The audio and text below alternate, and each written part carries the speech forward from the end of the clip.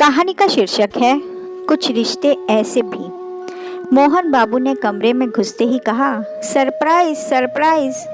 क्या सरप्राइज है पापा? सुमित उत्सुकता से बोला।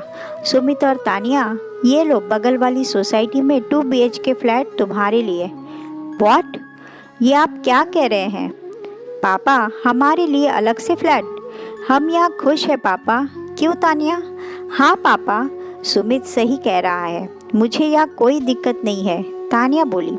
इससे पहले मोहन बाबू कुछ बोले, सुमित बीच में बोल पड़ा, और पापा, हर माँ बाप चाहते हैं कि उनकी औलाद उनके पास रहे, तो आपकी ये अलग फ्लैट वाली बात, और इतने पैसे कहाँ से आए आपके पास? बेटा, बात ऐसी है, तुम्हारी शादी के लिए बहुत कुछ जोड़ कर रखा था। तुम हमारे इकलौते बेटे जो ठहरे, बड़े अरमान थे, ये करूँगा वो करूँगा, सब धरे के धरे रह गए, क्योंकि तुमने लव मैरिज जो कर ली। तो शादी के तामझाम में होने वाला मेरा खर्चा बच गया, तो उसी से तुम दोनों के लिए एक फ्लैट। तुम दोनों कमाते हो, दोनों सुबह ऑफिस निकल जाते हो, EMI है कुछ सालों की, भर दिया करना, और कल को बच्चे होंगे तो उनके भविष्य के लिए अपना मकान होना बड़ी बात होगी। लो संभालो पेपर्स, कहकर मोहन बाबू ने पेपर सुमित और तानिया को दे दिए। आखिर दोनों ने पहले तो ना नुकुर की, मगर जब मोहन बाबू जिद पर अड़े रहे तो अलग फ्लैट में रहने के लिए राजी हो गए। अपना सामान लिए बगल वाली सोसाइटी में शिफ्ट हो गए।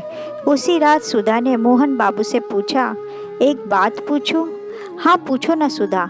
ये अलग फ्लैट दिलाने की, मेरा मतलब आपको तो सुमित की पसंद भी स्वीकार थी, फिर तानिया को अपने से दूर करने की बात मुझे कुछ अटपटी सी लग रही है।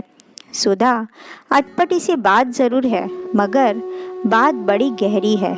जानती हो सुधा, बचपन से तुमने सुमित की हर तमन्नाओं को, गैर ज़रूरी इच्छाओं को हर बार पूरा किया, मेरे मना करने के बावजूद। इससे वो थोड़ा अड़ियल ज़िद्दी सा हो गया था, अपनी मनमर्जी करना, यहाँ तक कि उसने हमारे बिना पूछे, हमारे बिना देखे एक अलग ही समाज की लड़की से गुपचुप शादी तक कर ली।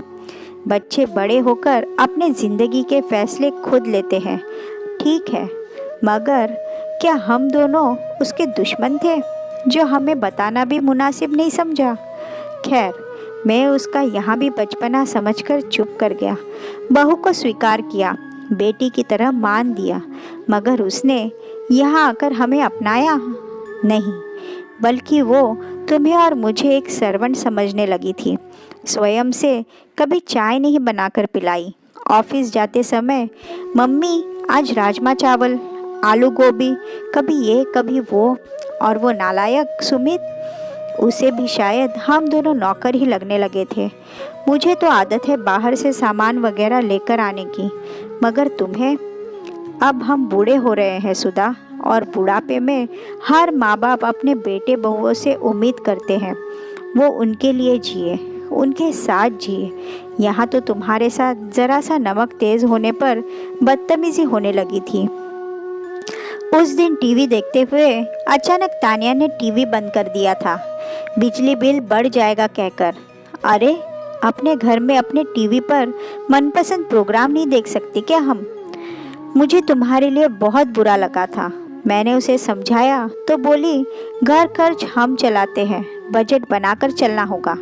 तुम और मैं, हमारे लिए तो हमारी पेंशन ही काफ़ी है, और साथ वाला कमरा किराए पर दे देने से हमें एक्स्ट्रा इनकम भी हो जाएगी, जिस पर वह दोनों रहकर अपना हक जमा रहे हैं। देखो, अब ऐसे तो वो यहाँ से जाते नहीं, तो मैंने ये फ्लैट वाली स्कीम खेली। दोनों लालच में चले गए। अब भरेंगे हर महीने EMI, वहाँ का बिजली बिल, मेंटेनेंस वगैरह।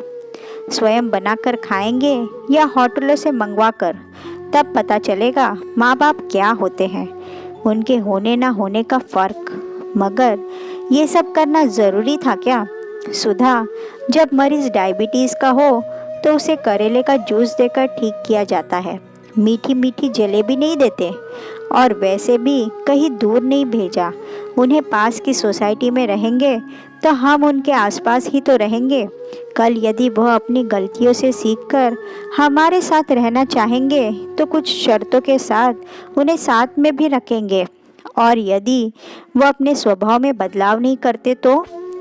सुधा जी ने प्रश्न दागते हुए कहा, तो हम दोनों तो है ना, पहले भी थे, आज भी है, साथ खाएंगे रहेंगे, मगर स्वाभिमान के साथ। इस बार सुधा जी भी मोहन बाबू के साथ साथ मुस्कुरा उठी।